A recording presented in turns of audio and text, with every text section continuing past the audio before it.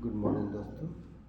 आज मैं डिविजिबिलिटी के बारे में बताने जा रहा हूँ। डिविजिबिलिटी का मतलब होता है विभाज्यता, और ये नंबर सिस्टम के बेसिक कॉन्सेप्ट में पढ़ना बहुत ही आवश्यक है। डिवाइड करने में जो समय लगता है उसको उस समय को थोड़ा सा और कम करेंगे हम लोग, ताकि जल्दी से डिवाइड हो जाए, कैलकुलेशन जल्दी से हो जाए, क्वेश्चन का सॉल्यूशन हमें जल्दी प्राप्त हो। तो सबसे पहले डिविजिबिलिटी में हम लोग जानना होगा 2, 4, 8 का डिविजिबिलिटी कैसे होता है, डिवीजन कैसे होता है, आसानी से हम लोग देखेंगे। 3, 9 का, उसके बाद 6 का, 5, 10 का और 7, 11 का। ताकि सबसे पहले देखते हैं हम लोग डिविजिबल बाय 2।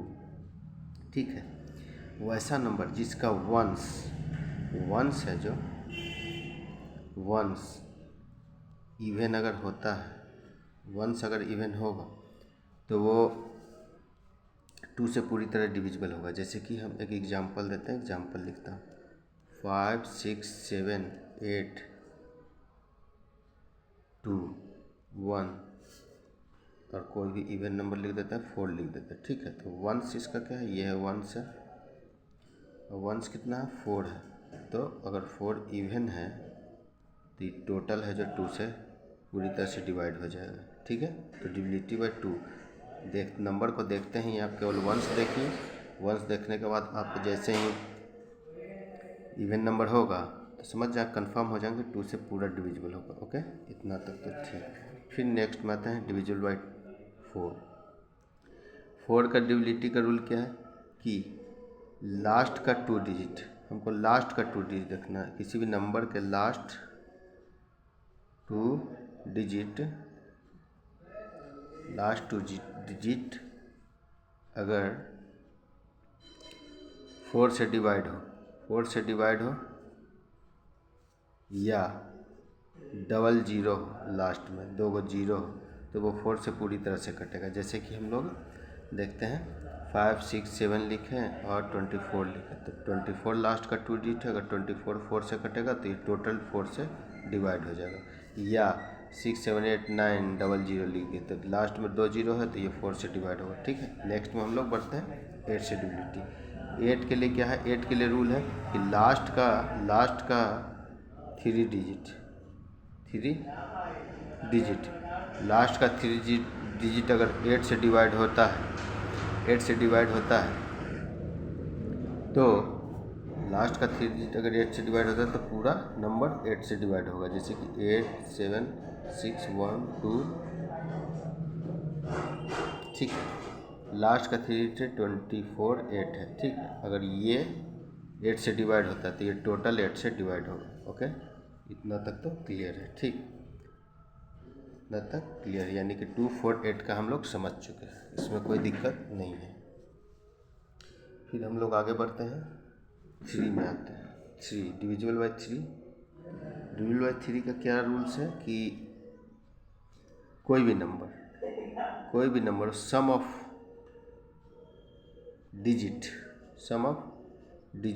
को सम करके और उसको 3 से डिवाइड करने पे अगर वह पूरी तरह से कट जाए, पूरी तरह से डिवाइड हो जाए, जीरो रिमाइंडर बचे, तो वो क्या है कि पूरा नंबर ही डिविजिबल होता है। जैसे एक एग्जांपल से हम लोग समझेंगे तो ज़्यादा बेहतर रहेगा। जैसे कि मैं लिखता हूँ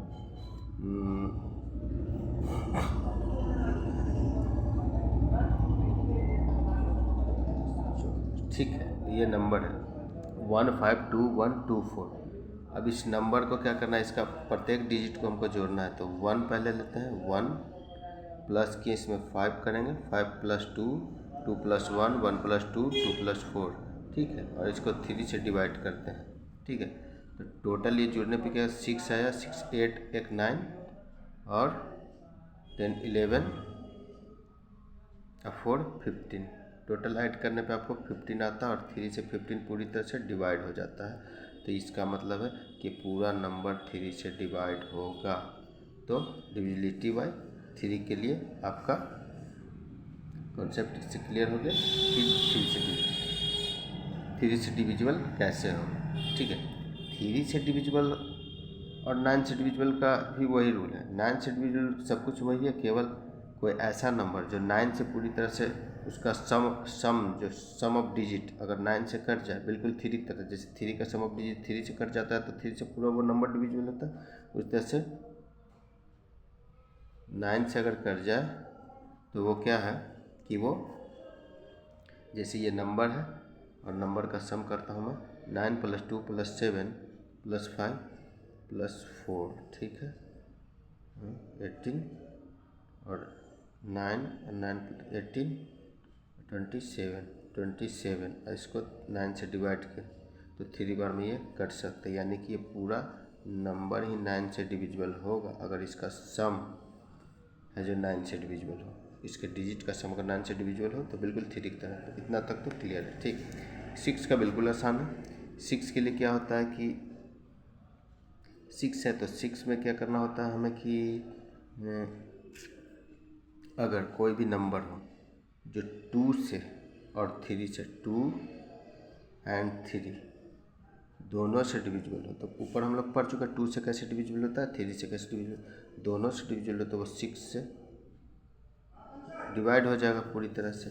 जैसे हम लोग एग्जाम्पल में देखते हैं कि मान लेते हैं एक नंबर लिखता हूँ मैं, ठीक है, ये नंबर है, ठीक, तो लास्ट में इसका इवन है तो 2 से ये डिवाइड तो होगा, ठीक है। और 3 का रूल क्या है कि इसका जोड़ना पड़ता है, 1 + 1 + 1 + 2, तो 2 टोटल कितना हो गया, 6 हो गया, 6 और ये 3 से डिवाइड हो गया, यानी कि ये 3 से भी डिविजिबल है, 3 से भी डिविजिबल है और 2 से भी डिविजिबल, इसका मतलब कि 3 से भी डिविजिबल है, 2 से भी डिविजिबल है, यानी कि 6 से ये डिविजिबल है। जस्ट क्लियर, इतना तक तो कोई दिक्कत नहीं है। नेक्स्ट में हम लोग आते हैं डिविजिबल ऑफ 5। डिविजिबल ऑफ 5 का के बारे में हम लोग देखते हैं, तो ये सिंपल है, जिसके लास्ट में वंस डिजिट हो, वंस जो हो या तो 5 हो या 0 हो, तो वो 5 से 100% डिविजिबल होगा, वो 5 से डिवाइड होगा। और जिसके लास्ट में केवल 0 हो, ओनली 0 हो, तो वो 10 से होगा। तो इतना तक आपको कोई दिक्कत नहीं होना चाहिए, ठीक है। नेक्स्ट हम लोग आते हैं 7, ठीक है, ये थोड़ा हम लोग को सीखना पड़ेगा। 7 और 11 का ही मेनली सीखना होता है। तो 7 के बारे में हम लोग जानते हैं, 7 से डिविजिबिलिटी का क्या रूल्स है, ठीक। जैसे कि एग्जाम्पल में कोई नंबर दिया है, ठीक, कोई नंबर दिया हुआ, अगर इस नंबर को,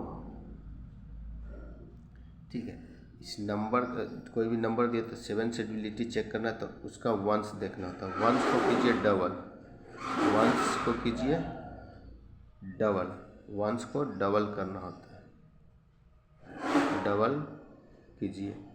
वंस को जब डबल कीजिएगा तो ये कितना वंस बन जाएगा, 2 है तो इसको डबल कर दिए तो ये 2 से मल्टीप्लाई होकर ये 4 हो गया, 4 हो गया। और जो 4 आता है, बाकी के जो बचा हुआ है रिमेनिंग रेस्ट पार्ट, यानी कि बच गया कितना, 1 4 2 1 4, ठीक है। इसमें जो ये लास्ट वंस को जो डबल किए हैं इसको इसमें घटा देना है, घटाना है, सब्ट्रैक्ट कर दिया, 0 1 2 4 1, ठीक। और जो आया नंबर उसको 7 से डिवाइड करना होता है, तो 2 बार में 14 आ गया और फिर 21, तो ये क्या है कि 2 बार में 42,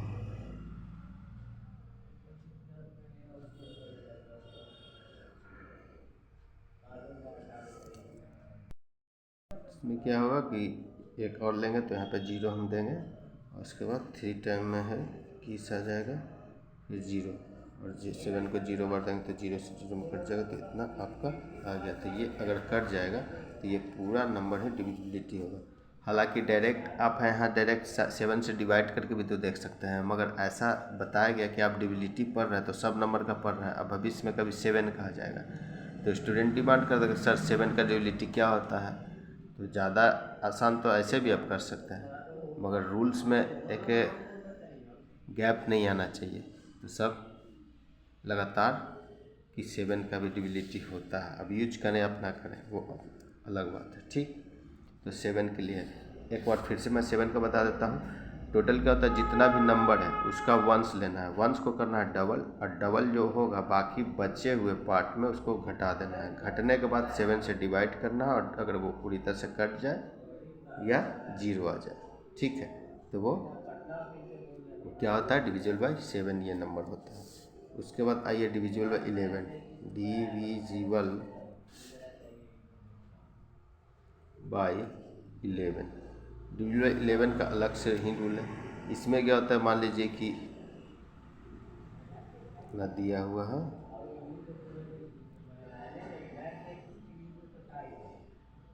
ठीक है, इतना नंबर दिया हुआ, ठीक। तो इसमें आपको नंबर को सिलेक्ट करना है, ये नंबर है, और इसमें हमको पता करना है कि ये डिविजिबल बाई 11 है कि नहीं। तो पहले एक नंबर को लीजिए, फिर एक को छोड़िए, फिर एक को लेना है, फिर एक को छोड़ना, फिर एक को लेना है, ठीक है। अल्टरनेट के हिसाब से ये चूज करना, जो अल्टरनेट के हिसाब से 1 1 और 3 को ऐड कीजिए, 1 + 1 + 3, ठीक है। और दूसरा क्या बच गया, 2 वाला, ये और ये 2 + 3, 2 + 3 दोनों को करते हैं और दोनों को घटा देते हैं। अगर 0 आ गया तो 0 आ रहा है, क्योंकि इतना 5 और -5 बराबर 0 ही आता है। 0 आना चाहिए या डिविजिबल 11 आना चाहिए। अगर आ गया तो टोटल होल नंबर जो है 11 से डिविजिबल होगा, ठीक है। मतलब कि वंस मोर, एक बार फिर से मैं बताता हूँ कि 1 को लेना है, एक को लेना है, एक को छोड़ना है, उसके बगल का अल्टरनेट वाले को जो ऐड करना है, और जो बच गया उसको फिर ऐड करना है, दोनों को घटाना है। तो 1 लिए 1 और 3 लिए तो 5 आया, और 2 लिए 3 लिए तो 5 आया। दोनों को अलग अलग जोड़ के घटा देंगे। अगर 0 आना चाहिए या 11 से डिविजिबल कुछ आना चाहिए, अगर वैसा कोई भी अंक आता है तो वो पूरा अंक 11 से डिविजिबल होता है। तो आज के एपिसोड में इतना ही। लाइक एंड सब्सक्राइब कीजिए ताकि डिजिटल बोर्ड पे मैं पढ़ा सकूँ।